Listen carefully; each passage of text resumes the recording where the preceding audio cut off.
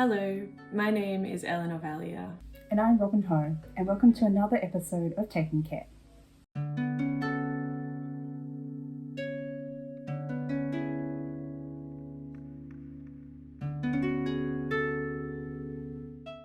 To begin, we would like to acknowledge the traditional owners of the land in which Robin and I are recording from today, the Boon Wurrung and the Wairarong people.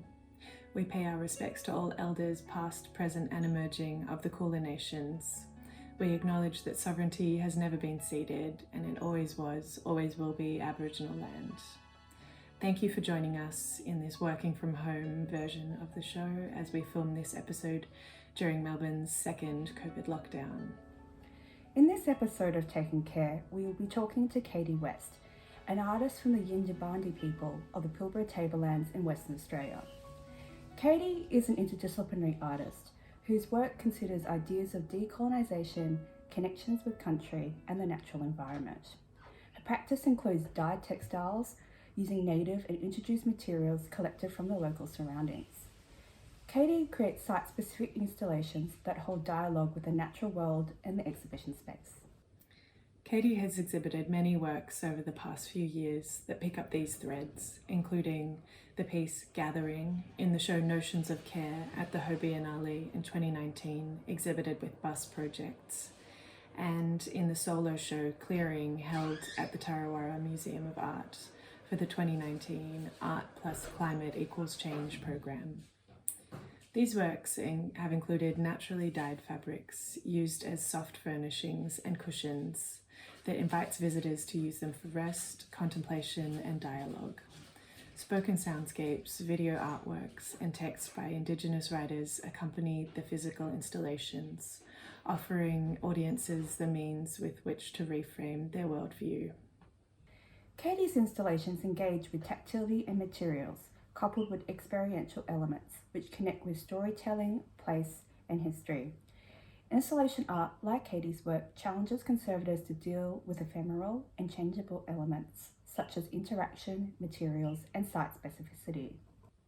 In today's show, we will explore with Katie her natural dyeing processes and their importance to her practice, and also how we as conservators can manage changes in these materials while also remaining faithful custodians to the intangible meanings for future iterations.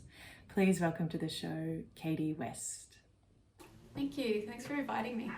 I will acknowledge that I'm speaking to you from Noongar Balladong country. I'm currently based in York in Western Australia, and it's an interesting place because it's actually the first European settlement or inland town.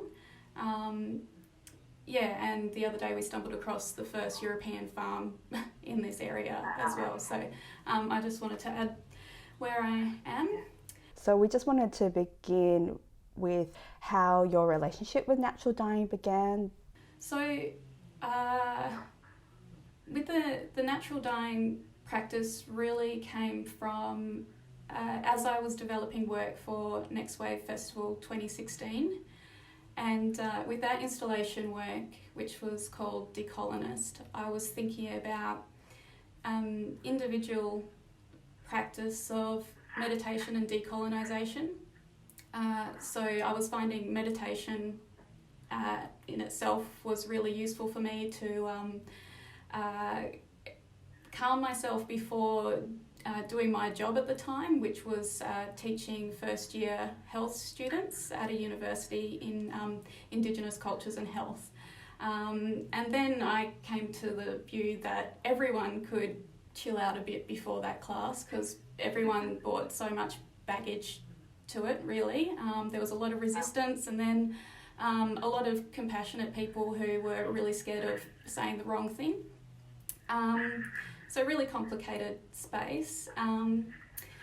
Then as I was making the installation work, I just moved from WA to Melbourne, and I guess a little bit of the settling in process to a new state and city, and I was really wanting the materials to be infused with country in some way because that was kind of the crux of the work. So I was walking around collecting materials to dye fabric with, and then finding that process to be really meditative in itself, and kind of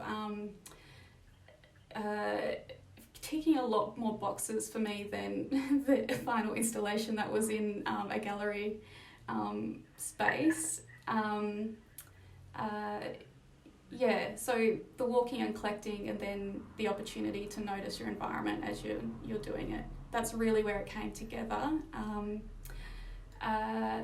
But the initial idea to dye and use a bundle dye process actually came from something that's been in the back of my mind for a while, since I was a teenager.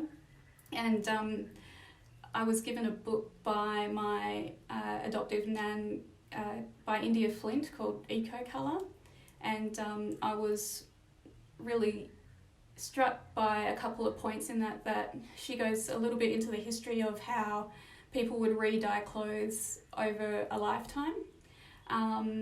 So garments that were dyed in peat bogs, and when they faded, then they would go back to the peat bog for a while to regain their colour.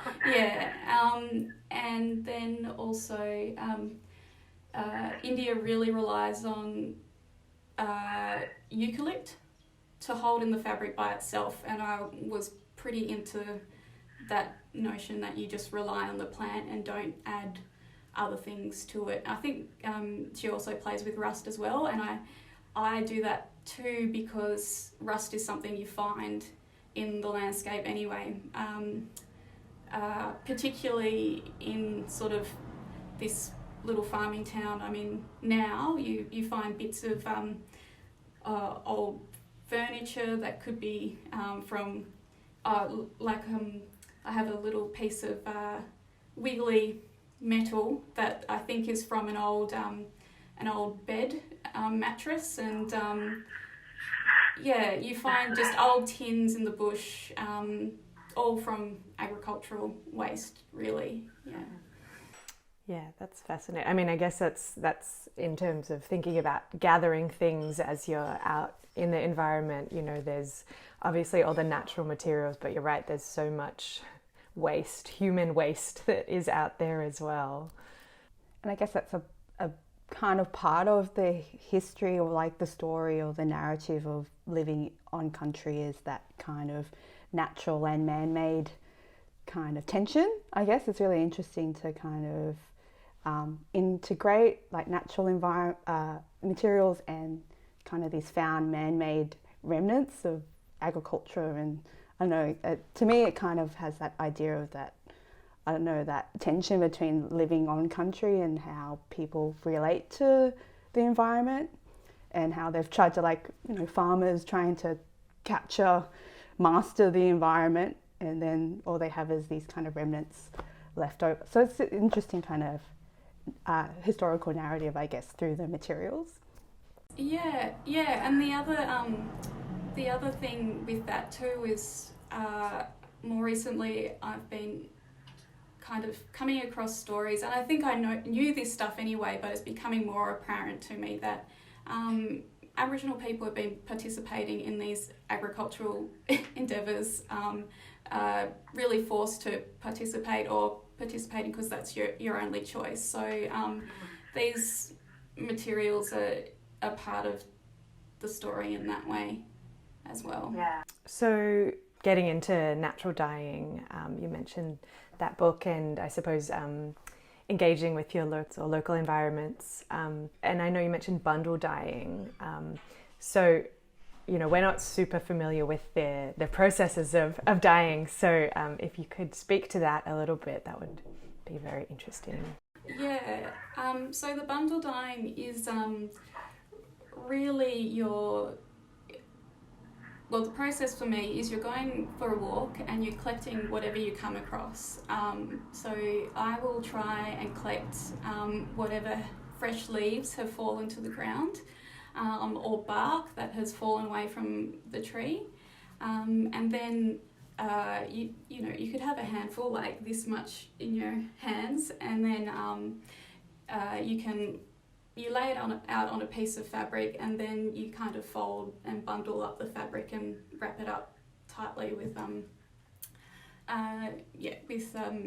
a sash of fabric or string. So it's you're really going with an eclectic mix of plant material. Going to op shops and collecting as much as I can find. I feel like compared to working with new fabrics, you find sheets and pillowcases that are so beautifully aged, and they're kind of softer and take in the dye a bit more readily as well.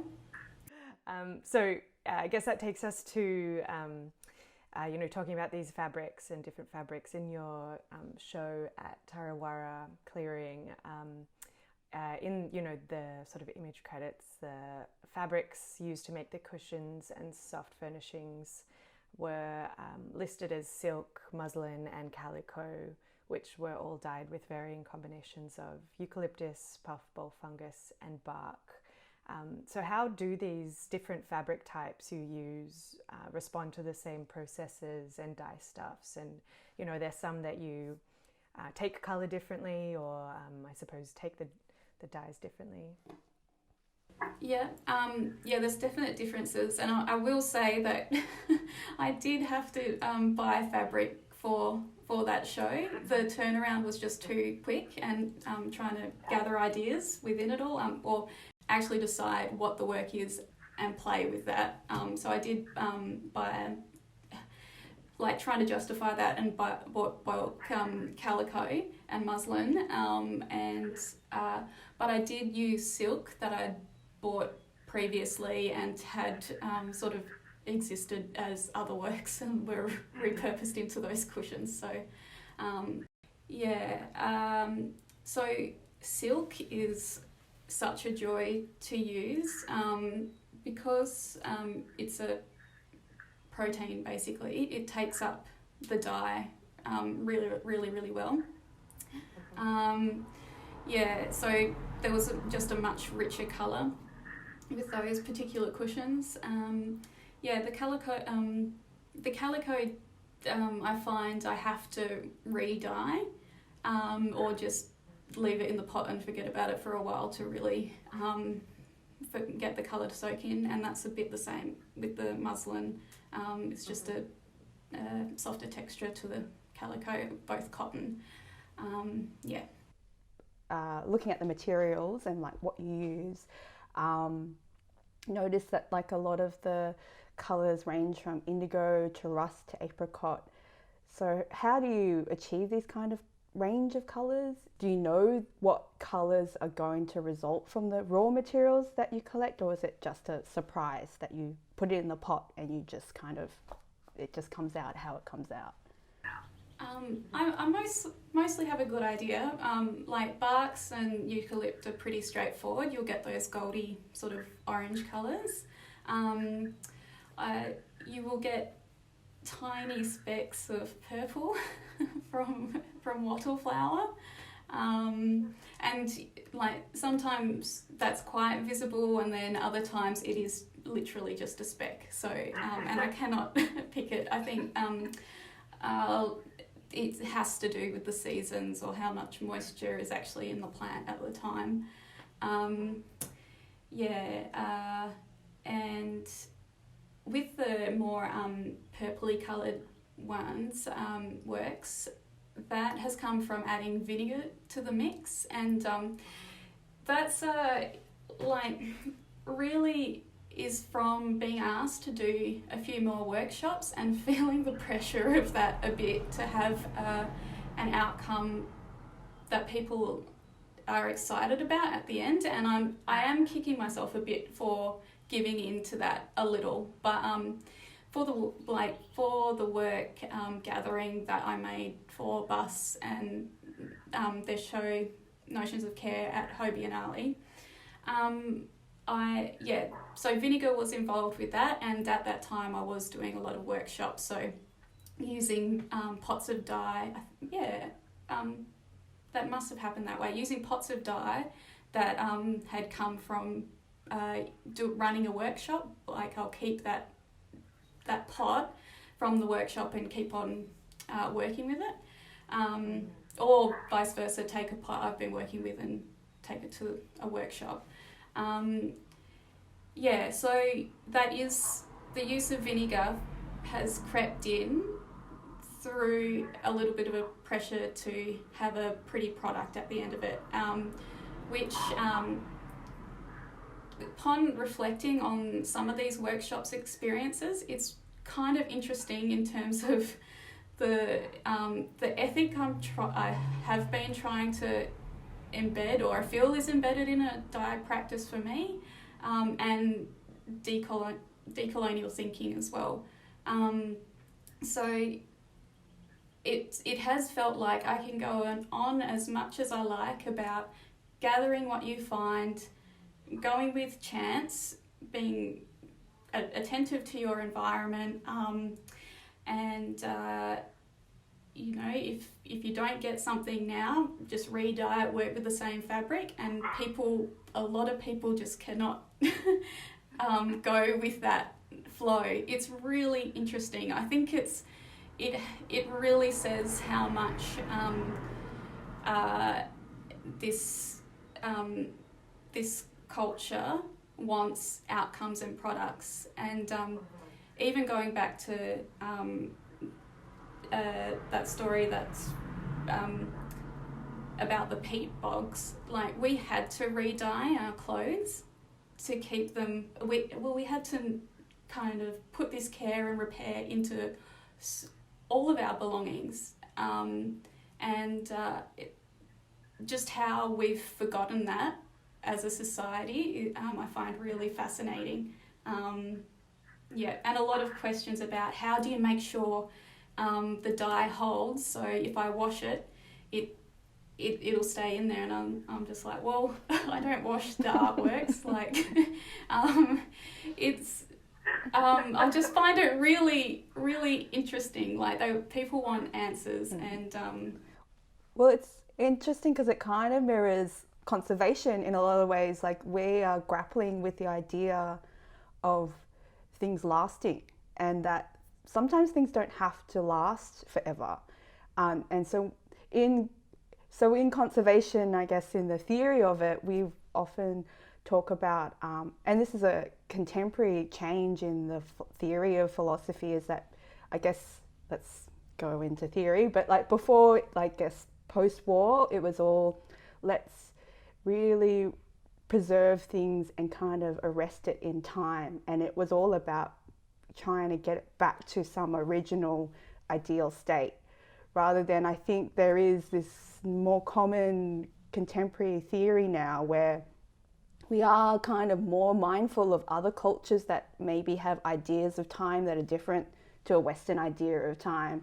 And so the idea of that it is a living culture, a living object, and that it has some sort of evolution, and that, arresting it in a certain ideal time is kind of not ideal for the ethical kind of practice of this culture, not really practical either. It's yes, like these especially a lot of these outcomes, and I suppose like you're talking about processes with easily replicable and static outcomes, and in terms of thinking about a dyed piece of fabric, like it's just it's not practical or feasible to think that is going to stay like that forever. So these concepts of things staying as they are and not changing through history as conservation objects, or I suppose processes of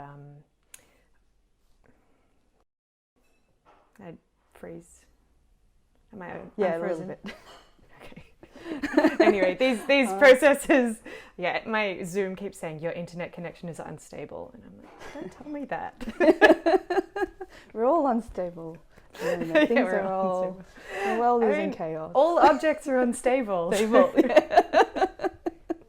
Especially in terms of like some things just don't last, and I think you're right. That's like a concept that our culture has not accepted. Yes, or that they change, that they don't.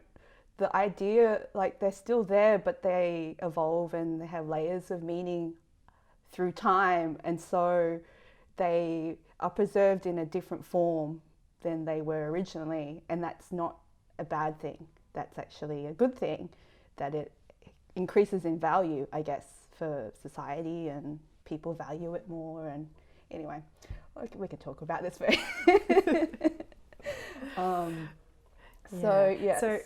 yeah, I mean, you've already mentioned, I suppose, using found bits of metal that you've gathered as well in your process.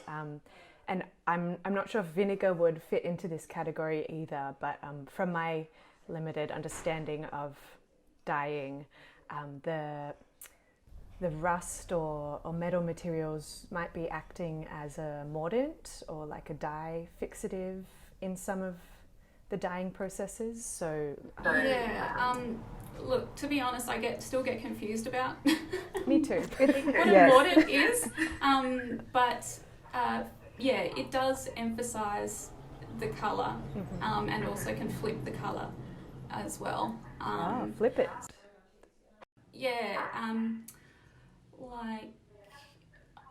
When I did my first residency up in Roebourne, in the Pilbara, there was a pot of, it's a bark and it's a medicine plant, but it's bright red. I think it's from a eucalypt. My memory's failing me, but it's bright red. And I added a piece of fabric that had been soaking in vinegar, and it turned bright purple. Wow. So you just get those opposite, sort of, not really opposite, but big change in colour from the vinegar. So I guess going on from that is, it sounds like this kind of technique of adding metals and vinegar is a bit of an organic process. Like you kind of experimented with different types of metals or objects. Like how do you decide to kind of add all these things in? Yeah, it's really what I find, and I think really a lot of the decision making goes in play when I'm laying out plants onto the fabric, and often I find kind of bits of flatter rusty objects, so they're something that I can bend and then get some of the dust to come away. So it's like sprinkling the fabric with rust. Or otherwise, if it's an object like nails or bolts and that sort of thing that haven't got that warp to them, I'll just put them in the pot and it does its thing. So I guess it's important about the way you find the object rather than the actual objects, these metal objects themselves. So there's no meaning necessarily. Like it's not important that it's a bolt, it's not important that it's a nail. It's just the process of finding it. Yeah. Which is really quite interesting. So it seems that the specific materials that you use in dyeing and where they come from very specifically are really important. So tell us a little bit about why the way that it's described is so important to the way that your work is talked about and documented, I guess. I suppose, like with clearing in particular, there was a large suspended hanging piece of silk that sort of really created the space, and that was dyed with plant material I'd collected while walking around Maroondah Dam, which is in Healesville, not far from Tarawara Museum of Art. So that piece was really to acknowledge Wurundjeri country and the fact that was where you are when you're experiencing the work and visiting Tarawara Museum of Art and the Estate. And then the cushions were from my dyeing at home. I was living in Melbourne at the time, so really from the native plants down at the Darebin Creek mainly, or probably from lots of different places, because I tended to do drives out to Healesville a bit, and then also up to Mount Macedon. So a bit of a mix of materials there. So in previous interviews you've discussed I guess the seasonality of your dyeing process, influenced by the concepts of Mulu Gawan, which translates to cool time, hot time, the name of the seasons in the Yindjibarndi language, and I suppose the change of techniques in dyeing processes according to those seasons. Can you talk a bit about the significance of this to your practice? Yeah, so the seasonal thing came from that initial residency in Roebourne, and after that, like, to be honest, that was the first time going back as an adult. It was really stressful and wonderful at the same time. So I came back feeling like, well, that was hard, but the connections made and the relationships just going to grow from there. But also, feeling sad again about not inheriting language directly, not inheriting knowledge directly, all of that stuff. And I was really thinking about, well, how can my practice embed things like regaining that knowledge? And to be honest, I think it's not something that my practice is going to solve. It's just life. But the seasonal thing, I was also really concerned about my practice being a bit more environmentally conscious as well. So with the hot dye process, I'm often using a hot plate, so electricity, to do that. So in Mulu, the cool time, that's the time when it makes sense to have a fire and do that process, rather than having a fire in summer, which is increasingly more and more ridiculous.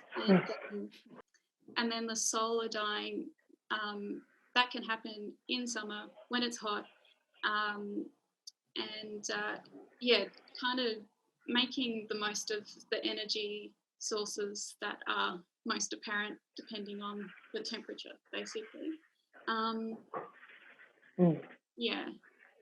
I guess, you're saying you're not going to solve everything with your practice, but it's about a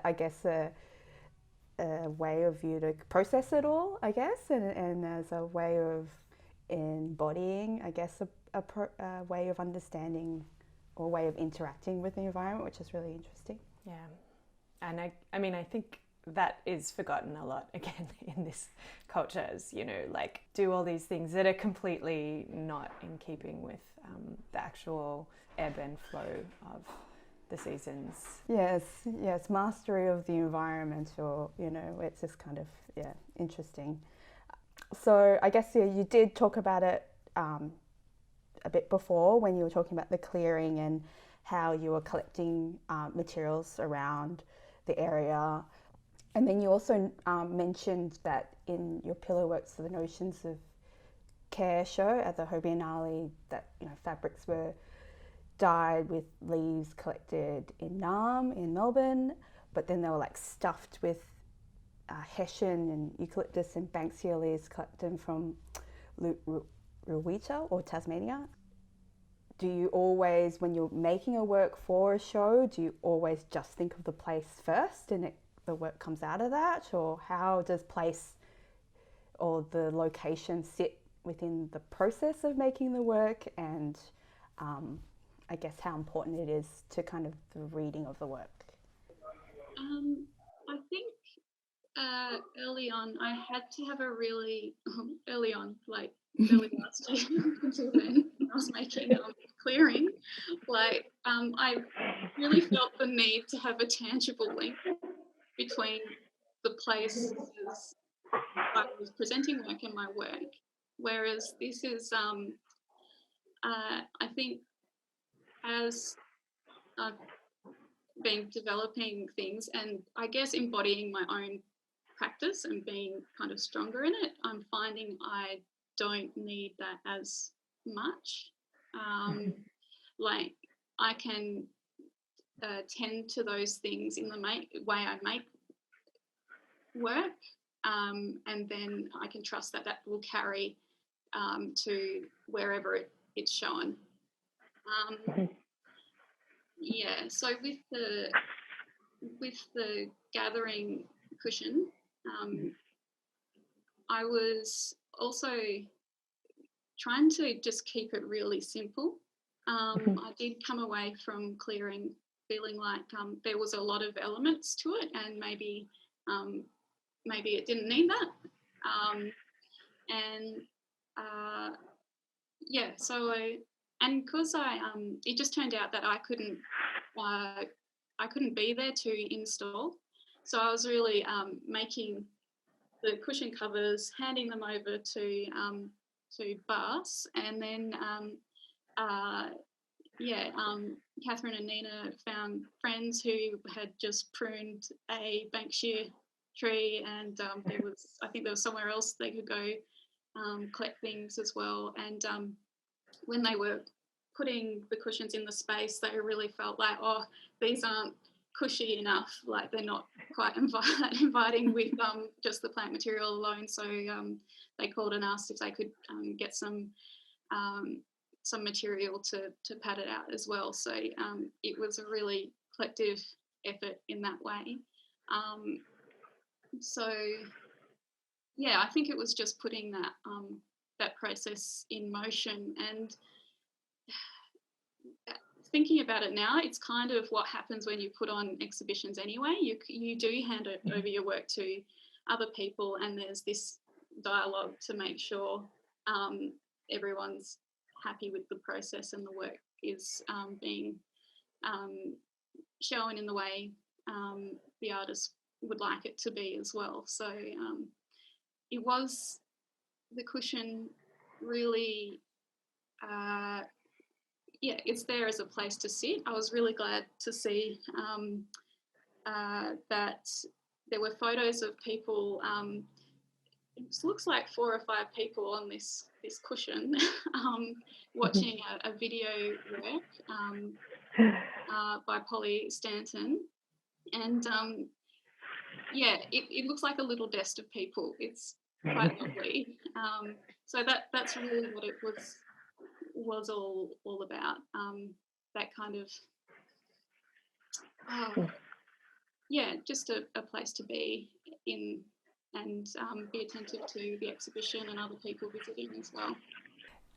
So in thinking about the conservation of your work and the, I suppose the putting your work in exhibitions, if you maybe can't be in the space, in terms of delegating that, I know you have quite a meditative process that you use for gathering materials for dye stuffs. Would that be something you'd ideally like to be replicated in that sort of delegation of tasks, or is it more important that it's specific people who have maybe that access to the materials or the place itself?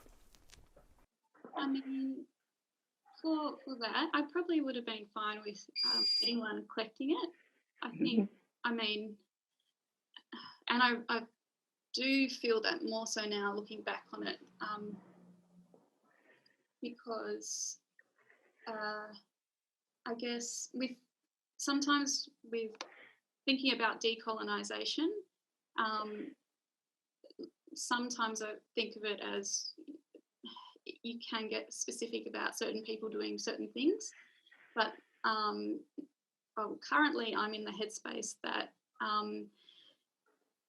for that work, it's the place that is the central thing. So you know, we're kind of just little animals in this place, and so whoever collected it, it fits into the meanings of that work.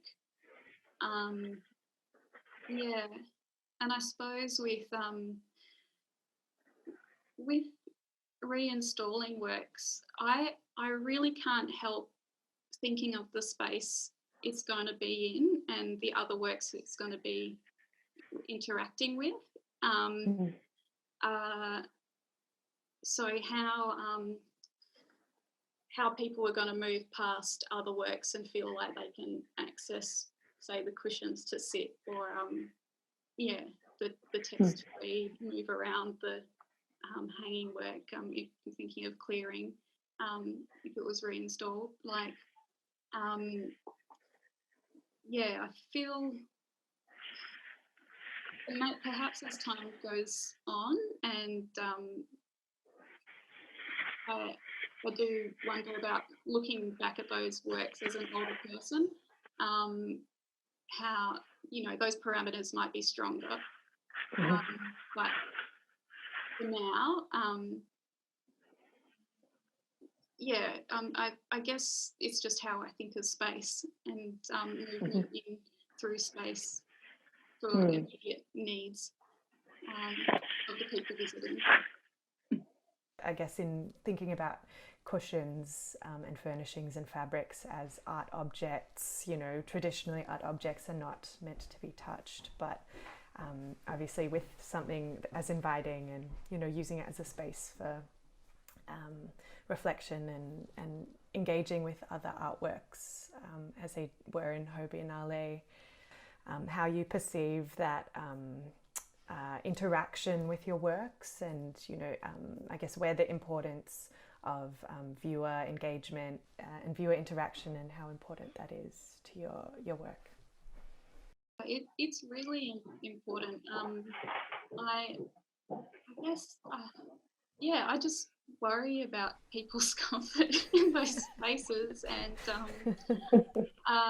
you know, even though not everyone can get down to that level to sit on a cushion, but I guess it provides a different perspective in that space as well. And I don't know that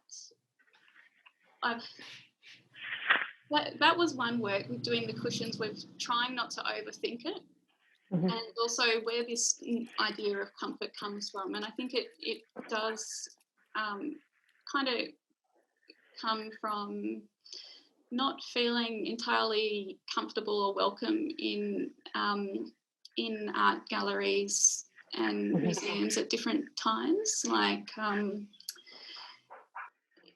so that has factored into things, which, like, when art, so much art is about our emotional states and expression, then to be put in these places where a lot of that is curtailed, that is bizarre to me. So I think it is a little bit of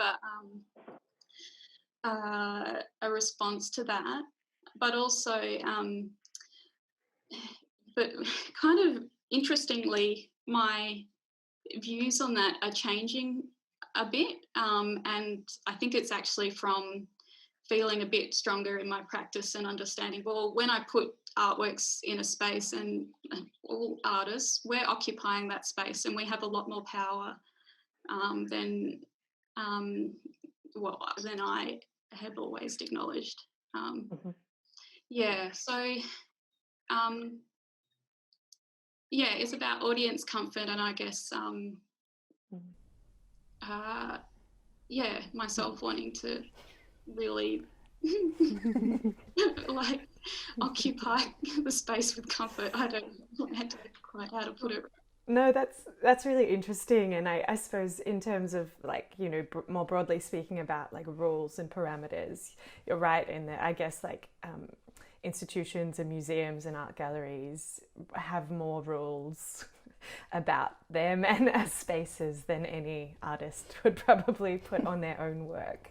So I guess in terms of working within those spaces, the idea of sort of breaking down some of those barriers to discomfort and invitation to people who might not, feel comfortable in those spaces traditionally is a really interesting perspective on. Yeah. And I guess it leads into ideas that you've generally been working with in your practice about decolonisation and centering voices and perspectives of First Nations people or people who are, I guess, underrepresented or have less agency in these kind of art spaces.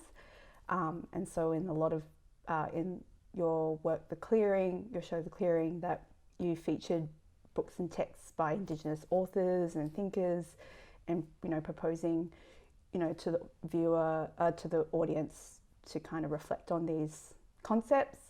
And you've spoken a lot about the process of this process being a personal anecdote to colonisation, and have envisaged, I guess, a new national, or tried to discuss a new kind of Australian identity, and I guess confronting these legacies of colonisation and how, I guess, interrogating these kind of art spaces and culture and privileged Western culture and concepts of that nature. So how does, I guess, the natural dyeing practice kind of complement these kind of larger ideas? And I guess you've talked about the pillows and it being personal comfort, but I guess that how does, I guess, all that, those kind of real tactile elements kind of speak to this larger idea of, I guess, inclusivity and decolonisation? Yeah, I suppose the cushion thing is kind of the follow-on from that Decolonist show. So again, taking that idea of creating calm spaces to be able to reflect on complicated and complex issues. The initial question with Decolonist was, what would our Australian identity be if it were underpinned by Indigenous knowledges, which is huge, and I don't have answers to that, and I don't know that in terms, for trying to wedge Indigenous knowledges and nationalism into one thing is not, I just don't think it's really possible. But I think it's, the question's worthwhile because you see that collision. And I suppose with Decolonist, that really came off the back of being quite distressed in my early 20s about the growing nationalism, late teens, early 20s, things like the Cronulla riots had happened, and you were seeing more and more people with Australian flags strapped to their cars, and it was just really full on, as a young adult to see. There was an incident that sparked that Decolonist work. So I went to a vigil for Ian Curdy, the toddler who passed away trying to cross the Mediterranean, and an image of his body washed up on the beach went viral. So I was at a vigil for him with all these other people in kind of the cultural centre of Perth. And so you have Pika, Agua, State Library, the Western Australian Museum, and then across the road there's also the East Perth police station. So it's a really tense place, and then you have all for mob, like this is that CBD area. There were curfews in like the 40s and 50s, and then there were more recent curfews to keep young Indigenous people out of the city as well. This is a number of years ago now. So that was going on. I was at this vigil, and it was starting to wrap up, and there just happened to be two police officers they were watching over it, and you could just sense that they weren't respecting that gathering. And I was getting annoyed. But then as things were wrapping up, you could see they were kind of really honing in on this Aboriginal woman at the bottom of the steps. And she was drunk, and but causing absolutely no harm. And as soon as things were wrapping up, they climbed over all these people sitting on the steps to arrest her and take her alcohol. And it was just absolutely humiliating for her. And it just felt like there was such a collision of white Australia policy going on there.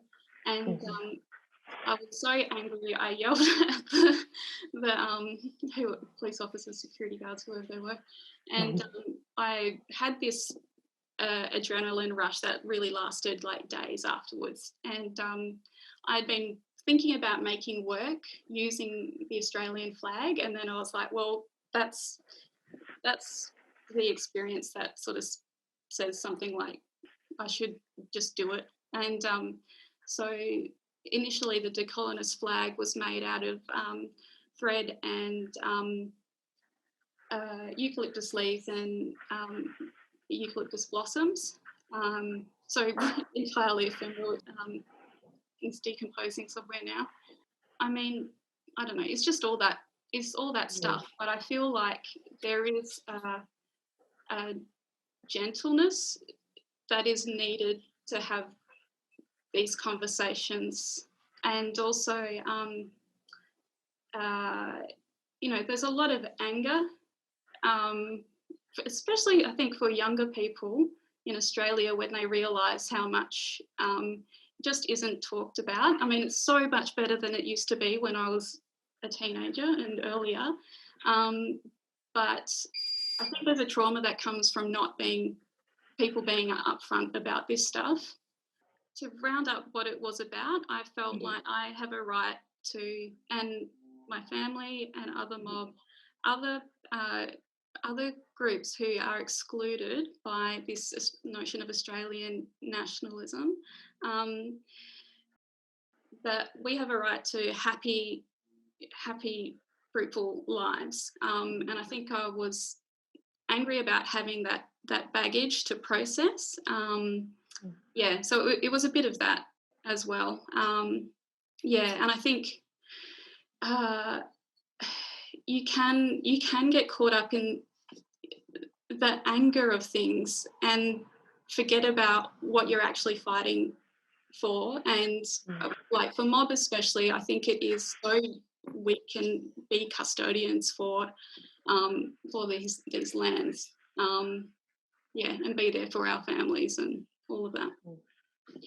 And it's interesting, I guess, you're talking about your work and reflecting on it and how you might not necessarily do things differently, but you might have more rules, or you might have more, you are clearer about how you, I guess, a clearer idea of how you want your work to kind of be made, or, the ideas that they're crystallizing more, and there is a flow to that, I guess.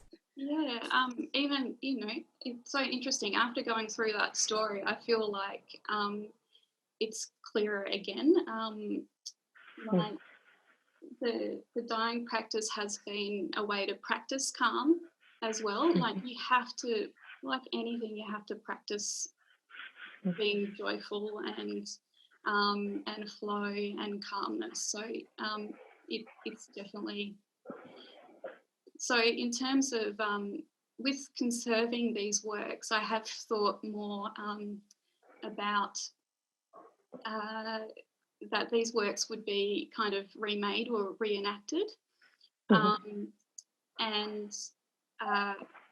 in that process, I would have kind of more rules to it, because in the making of things, I haven't stuck to the ethics I've wanted to, especially when you have deadlines to meet. And like I was saying with clearing, I did buy new material. So in other iterations that are out of my hands, so I would say like it has to be found material. Perhaps you have to give into the process of the natural dyeing, and take the time to really be in the process and take on the calmness and the flow that goes with it. I would be a bit more request people to stick to that a bit more. Yeah, I guess that's interesting as well in terms of thinking about those as sort of parameters you build into the work, but they're really coming at the point of inception rather than once things are said and done and put together. Like, it's really interesting thinking about I suppose setting yourself stronger parameters for the creation of the work as opposed to the showing of the work. I think a lot of the time in conservation we're like, okay, well, it's all done, so now we'll start thinking about it. But obviously things get so much more considered, and the process, once you start thinking at it at the very first step, that sort of inbuilt thought of conservation and preservation and reiteration of objects, if you start thinking about it the very first step, it goes very differently than coming in right at the end. I wonder, that feels like a little bit of a byproduct of thinking in a site-specific way, perhaps, because while I was making clearing for on Wurundjeri land, I was, because it was shown in the context of art and climate change festival, I was thinking about a global outlook as well. So I couldn't help but thinking, well, what if this work was shown somewhere in Europe or elsewhere? I really enjoyed thinking of taking this kind of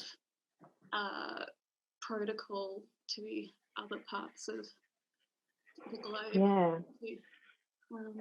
Yeah, I suppose in thinking about a solo show like Clearing as well, like with as you just said, considering how that the essence of that show might be retained for another iteration in another country or another time. I guess what are the elements that you would need to retain to feel a sense of it being the same work? Would it be, dyeing things with materials gathered from around the local environment? Would it be, finding books or resources to share from people in that country? Or, I'm interested in how you would conceptualize, or maybe it's, that's something that you wouldn't be interested in doing. You'd want to create a new show. I guess I go back and forth on all my works. Like, I don't anything to do with them for a while, and then I'm like, oh, you're not so bad.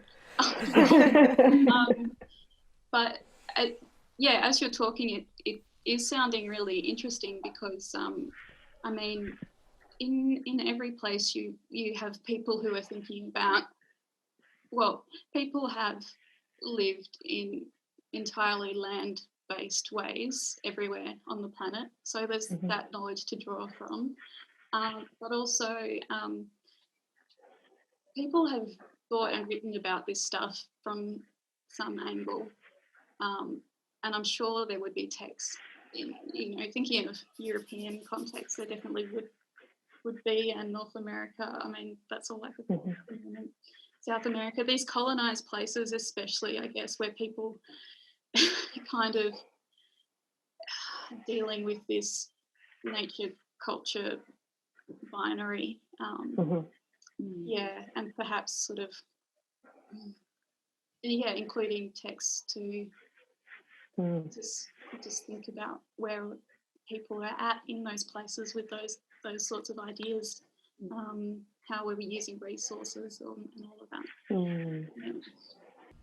And I guess it could be interesting also if you were to have a show, say, in North America or somewhere overseas. I guess you'd have to acknowledge your own position as an outsider in that culture as well. So that's another layer of kind of something to grapple with, I guess. I mean, in terms of conservation, in terms of the naturally dyed fabrics being susceptible to colour change over time, have you thought about how your work will change over time, and is that something you're fine with?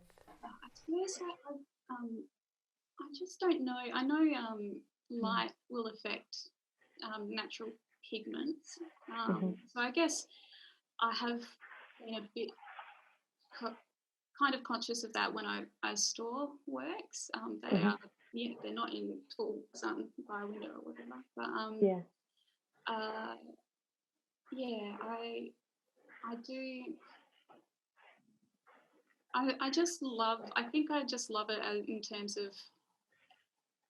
I really get into repair of objects.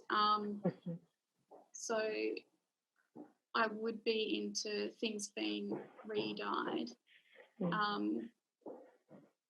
to regain colour, but I love how things age as well. So I guess I'm a bit of both, and just thinking of textile traditions and how fabrics will continue to be circulated through different uses in a domestic space.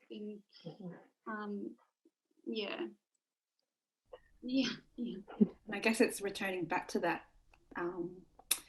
the peat bog story, and that I guess I think it is part of like the re-dyeing process even links with the idea of kind of social maintenance and caring, and I think it's part of the process of the healing process, I guess, is that maintenance and that caring for something and maintaining it. And so it's kind of interesting. There's a lot of parallels with conservation, surprisingly. It's about valuing something and showing a process of maintenance that really kind of shows how much you value something, I guess. So I think it's interesting that in the works there's an equal, or there's quite, it's important about the process as well. So the process of collecting the materials, of dyeing, re-dyeing, or, that actual kind of physical enacting, as well as the object itself, I guess. And the object itself is just a conduit to like perform these activities. I'm also thinking of I guess conservation does this, but you're thinking about future generations getting to experience this work, and that's kind of Indigenous knowledges are about knowledge lasting the test of time, and thinking for generations ahead, and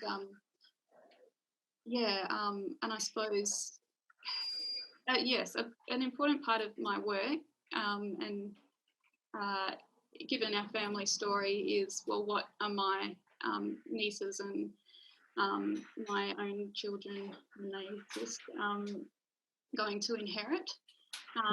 So, yeah, this is an interesting conversation to have these, because I guess in a sense, my family, as time goes on, they're going to be connected to the works I make. So what experiences am I looking to leave? And I guess it is beginning to talk about legacy and stuff.